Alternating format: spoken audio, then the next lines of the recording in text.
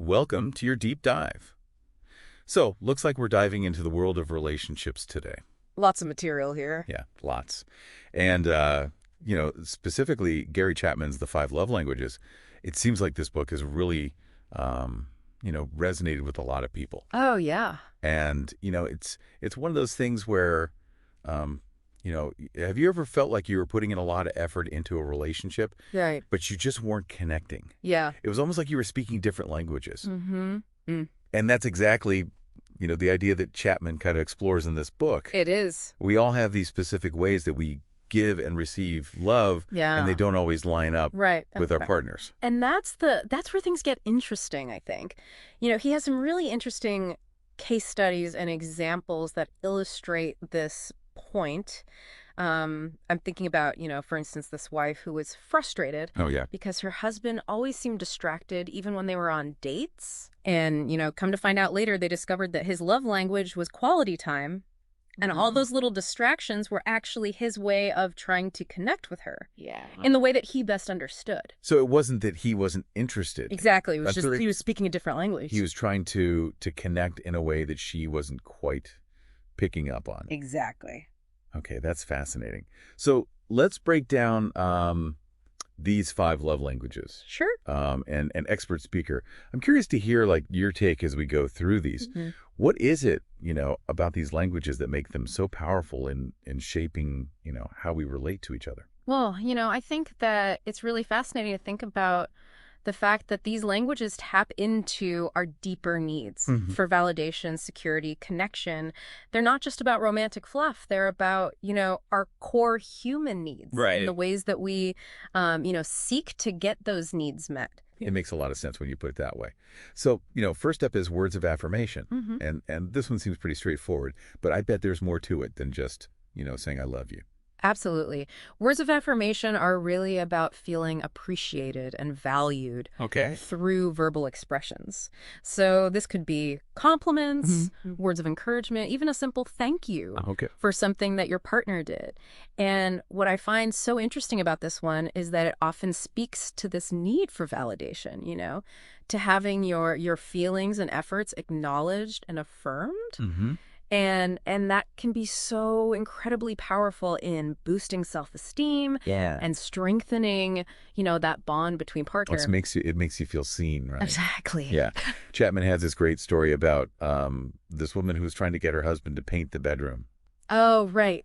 And she nagged and nagged. Yeah. And nothing happened, right? Right. Yeah. And then she decided to try a different approach. So instead of focusing on the bedroom, she started noticing and complimenting him on other things that he was doing around the house. And that's really the key here, It's not just about the compliments themselves. It was about her shifting her focus, By acknowledging and appreciating his efforts in these other areas, she tapped into, that deeper need that he had for feeling valued and appreciated. Yeah. And that, in turn, made him much more receptive to her requests. So it was less about the actual act of painting and more about him feeling seen and appreciated for who he was and what he did do. Exactly. And that shifted the whole dynamic. Yeah. It's a pretty powerful takeaway, wouldn't you say? I think so.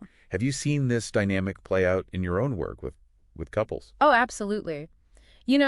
So often relationship conflicts stem from these unmet needs, and learning to speak your partner's love language can be an absolute game changer. It's like a key to unlocking something. It is. Yeah. Okay, well, let's move on to quality time. And I know that this isn't just about being in the same room, right? This is about being present, engaged, giving your undivided attention. Exactly. And the thing about quality time is it really speaks to this deep-seated human need for connection. Mm-hmm. Think about it. When someone... Yeah. So how do you know, how do you differentiate between somebody just being busy and genuinely, neglecting their partner's need for quality time? Yeah. What are some of those signs that somebody's, craving that connection? Yeah. Well, sometimes it's overt. They're constantly asking for dates or complaining about feeling lonely. Mm-hmm. Other times it's a lot more subtle. Watch for things like withdrawal. Oh, okay. Increased irritability. Oh, okay. Even passive-aggressive behavior. Interesting. These can all be signs that, that person's feeling disconnected and they're craving a deeper level of engagement. it makes me think about that observation that Chapman makes about um, dating couples versus married couples at restaurants. Oh, yeah. You know, the dating couples are gazing into each other's eyes, Totally. and the married couples are looking everywhere but at each other. It's so true. And it's, it really highlights how easy it is to slip into autopilot in those long-term relationships. We get busy, we get comfortable, and we kind of forget the importance of, actively nurturing that connection Right. through that quality time. It's a good reminder. Yeah, okay. Next up, we have receiving gifts. And this is where things get a little, I think, tricky. Yeah. Because it's not about materialism, Right. but more about the thought behind the gift. Exactly. You hit the nail on the head. For someone whose love language is receiving gifts, it's not about the monetary value or the size of the gift. Right. It's about the symbolism, the message that it conveys. Yeah. It's a tangible representation of love, thoughtfulness, care. I think about Chapman's story about Doug, who showered his wife, Kate, with all these gifts, Right. but she never seemed truly happy. And it turned out her love language was words of affirmation. Yes. So all those gifts, even though they were well-intentioned, Yeah. weren't really speaking to her heart. Feeling her language. Right. It wasn't her language. Yeah. Yeah. And I bet on the flip side, though, for somebody whose love language is receiving gifts, even a small, thoughtful gesture can be huge. Absolutely. It's about that feeling of, being seen and appreciated. Yeah. Knowing that your partner took the time and effort to choose something special just for you. Right. It's just a really powerful way to create a sense of connection and reinforce that bond. Have you ever received a gift that was like maybe small in size but like huge in meaning? Oh, totally. I had a friend who brought me back this tiny little seashell from a trip she took to the beach. It wasn't anything fancy, but it meant the world to me because it showed me that she was thinking of me. Oh. It was really special. Yeah, those little things. It's not about the object. Exactly. Yeah. Okay, let's delve into acts of service, and this one to me seems like it has the potential for a lot of misunderstandings. Mm. If both partners aren't really on the same page. Yeah, I would agree with you there. For people who resonate with acts of service as their love language, it's all about feeling loved and supported through actions. Mm. So, doing the dishes, Right. running errands, helping with a project. These are all tangible expressions of love and care. And the key, I imagine, is that these acts are done like with a genuine desire to help, Yes. not out of like obligation or resentment. Precisely. And that's where things can get a little tricky Yeah. because, if one partner constantly feels like they're the one doing all the serving, Right. it can breed resentment Yeah. and lead to, an imbalance in the relationship. I'm thinking about that example that Chapman gives of the couple that was constantly like fighting about housework. Oh, yeah. And it turned out they were both acts of service people. Yes. But they had very different ideas about like what that meant. Totally. He wanted her to keep the house spotless, and she wanted him to like help with the kids. Right, right. So even though they were both like speaking the same love language, Yeah. they had these very different ideas of how that manifested. Exactly. It's a classic example of how even within the same love language, these mismatched expectations can create conflict. Right. And the solution, I think, as with any relationship challenge, is Communication. communication. Yeah. You got it. It's about understanding each other's needs and finding those ways to express love through acts of service that feel meaningful Right. and appreciated by both partners. So it's not just about like doing the dishes. It's about understanding why doing the dishes is so important to your partner. Yes. Right. Okay. And our last love language is physical touch. Yeah. And this one, I think, gets a lot of attention, but it's important to remember that it's so much more than just sex. Oh, absolutely. Physical touch encompasses all those everyday expressions of affection. Right. Hugs, holding hands, a kiss on the cheek. For someone whose primary love language is physical touch, these gestures speak volumes. They do. They really do. They really do. And it's important to recognize that, everyone has different comfort levels and boundaries when it comes to touch. Right. What feels affectionate to one person might feel intrusive to another. Absolutely. Oh, yeah. So communication is key here. just like with all the love languages. Yes, always. Yeah. We've covered a lot of ground today, and I'm already starting to, kind of see how these love languages can be so powerful in shaping our, our relationships. But the real question is like, how do we put this knowledge into practice? Right. And I'm curious to hear your thoughts on that. What are some, tangible, like practical things that we can do to start, speaking our partner's love language in a way that feels genuine and meaningful? It's a great question, and one, that we'll dive into a little bit deeper as we go along. Okay. But I think for now, the most important thing is just to start paying attention, observe your partner, listen to their words, their actions, and look for clues as to, what makes them feel loved and appreciated. So it's like becoming a love language detective. Yes, exactly. I like that. Okay, so we're going to take a quick break. When we come back, we'll explore the concept of, mismatched love languages and how to navigate those differences in a way that actually strengthens the bond rather than creates, distance. So Yay. Stay tuned. Okay. Welcome back. We've been talking about Gary Chapman's The 5 Love Languages. And I feel like I'm already starting to get like a whole new set of tools for understanding like my own relationships. But as we hinted at, what happens when, our love language doesn't quite match up with our partners? That's where things, I think, can get really interesting. It is. It's where the rubber meets the road, right? It does. It does. And Chapman, he introduces this concept of the love tank. Okay. And you can almost imagine it like a fuel gauge for your emotional well-being. Okay. So when your partner's speaking your love language, they're filling your tank. Oh, I like that. But when they're consistently missing the mark, it's like running on empty. And I can imagine that, that feeling of an empty love tank can lead to all sorts of problems. Oh, absolutely. Yeah.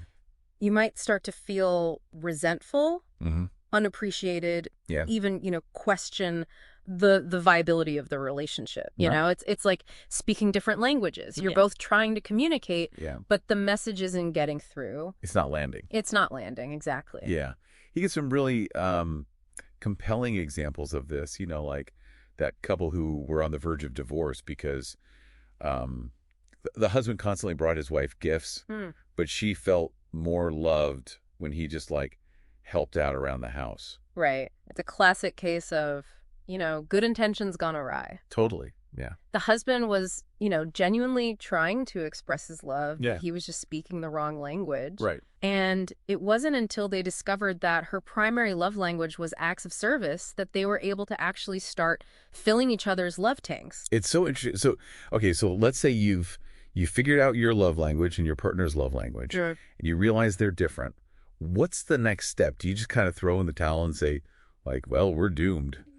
No, not at all. I mean, I think the beauty of Chapman's work is that, he offers a path forward. It's about recognizing that love is a choice. And it's about being willing to put in the effort to learn and speak your partner's language, even if it doesn't come naturally to you. It sounds like it takes a certain level of self-awareness and willingness to sort of step outside your comfort zone. You're absolutely right. It's about shifting your focus from what makes me feel loved to what makes my partner feel loved. And sometimes, that requires us to stretch ourselves a little bit, do things that maybe don't come easily or naturally. Right. And, I keep thinking back to that story that Chapman tells about the wife who was terrible at acts of service. Oh, yeah. And it was her husband's primary love language. Right. But she, like, hated doing housework. It was just not her thing. And she was, like, ready to give up. But then she decided to, like, try and experiment. She's like, for 6 months, I'm just gonna commit to speaking his language. Wow. Even if it means, like, pushing through all my resistance. And it's amazing, like, the transformation that occurred, not just in their relationship, but in her as well. Right. It's just amazing. And by consistently speaking his language, she not only filled his love tank, but she also discovered, like, a whole new capacity for love within herself. Exactly. That's powerful stuff. It really underscores, like, that idea that love isn't just a feeling. It's an action. It's a choice that we make every day. But, okay, let's get practical for a moment. What are some, like, tangible ways we can actually start, like, speaking our partner's love language, especially if it's different from our own? Okay. Well, I think, first and foremost, it's about paying attention. Yeah.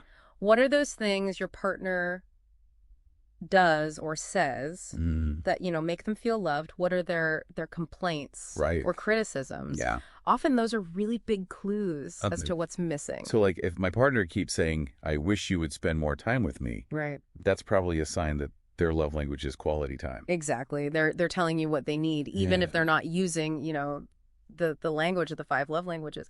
And once you've identified their language, then you can start brainstorming, small, specific actions that you can take to fill their tank.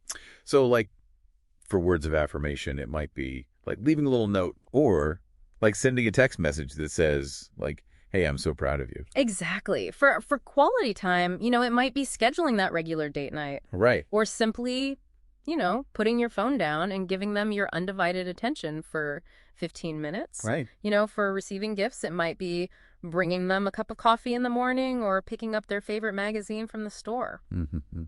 And for acts of service, it could be doing the dishes without being asked. Yes. Or offering to like help out with a project that they've been struggling with. You got it. And for physical touch, it might be giving them a hug when they come home from work or holding their hand while you watch a movie. Right. The key is to start small and focus on consistency. It's not about the grand gestures. It's about those small everyday efforts to speak your partner's language. Right. And it sounds like this is an ongoing process. It's a continual learning curve. Absolutely. And that's the beauty of it.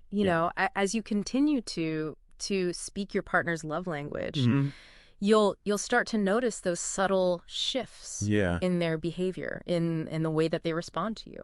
And Chapman talks about how, learning to speak your partner's love language can be like discovering like this secret code that unlocks like this whole new level of connection and intimacy in your relationship. It's like you're finally speaking the same language. It is, exactly. Yeah. So much of this seems to come down to like empathy and just a genuine desire to like understand and connect with your partner on a deeper level. You're hitting on such a crucial point. The 5 love languages aren't just a set of rules or techniques, They're really about cultivating a mindset of love, empathy, understanding in your relationship. Okay. So you mentioned earlier that sometimes people like get discouraged when they realize like their love language doesn't match their partner's. Right. What would you say to someone who's feeling that way? I think, first of all, I'd say don't despair. Having different love languages doesn't mean that you're incompatible. Right. It just means that you have this wonderful opportunity to learn and grow together. I like that. Yeah. And Chapman even talks about how those differences can actually enrich a relationship, make it more vibrant and dynamic. It's like, learning to appreciate different genres of music. Right. Or exploring different cuisines. It expands your horizons and allows you to experience love in a whole new way. Yeah, that's great. Okay, well, we're going to wrap up our deep dive into the 5 love languages after a short break, but we'll leave you with a thought-provoking question. Could understanding these love languages be the key to unlocking deeper connections in all our relationships, not just the romantic ones? Stick around. We'll be back soon. Welcome back to your deep dive into the 5 love languages. We've been spending a lot of time talking about romantic relationships. We have. Yeah. But, before the break, we posed a question. Well, you did. Could these languages apply to other relationships in our lives? Like with family or friends, even colleagues. I've certainly seen it in my own practice. Really? I'm thinking about this one family I worked with who were just constantly clashing. The teenage son felt, really misunderstood by his parents. He was constantly withdrawing. And the parents, they felt so frustrated, like, we're doing everything right, but nothing's working. And it turned out the son's primary love language was quality time. He just wanted to hang out with his parents, even if it was just watching TV together. Aww. But his parents, their language was acts of service. They were always doing things for him, cooking, cleaning, driving him around. Right. But they weren't really connecting with him on his level. On his terms. Exactly. And once they realized this, Yeah. they started making more of an effort to, schedule those regular family game nights, just be present with him. Just be there. And it made such a huge difference. Really? Oh, yeah. The son started, opening up more, engaging with them. Wow. Yeah, it was really beautiful to see. That's a great example. So it really is a reminder that these languages aren't just for, romantic love. Yeah. They really cap into something much more fundamental about like how we connect as humans. That need to feel seen, appreciated, understood. It's so true. So, I guess the question for for our listeners out there is, are there relationships in your life where you feel a little stuck? Yeah. Are you putting in the effort, but it's not quite landing right? Yeah, it's not having the impact that you want it to. Yeah. Could it be a love language mismatch? It's a good question. Yeah. And even if you don't have all the answers right away, just being aware of these languages, I think, can be like such a game changer. Absolutely. It can help you, shift your perspective. Yeah. Start to observe like those around you a little bit differently. Right. Like, maybe my friend who always brings me like little gifts. Right. Maybe that's how they show they care. Exactly. It opens up this whole new level of understanding. And that's what's so exciting about these deep dives, isn't it? It is. It's not just about, learning a theory. It's about actually applying it to our lives, having those aha moments. Yes. And hopefully, moments that can really strengthen our bonds, deepen our connections with the people in our lives. Because ultimately, isn't that what we all crave? Yeah. To feel loved, appreciated, and truly understood. So beautifully said. Yeah. So as you go forth, armed with this new knowledge of the 5 love languages, be curious, be observant, Be open. and most importantly, be open to learning and growing in all your relationships. Happy connecting. And that's a wrap on today's deep dive.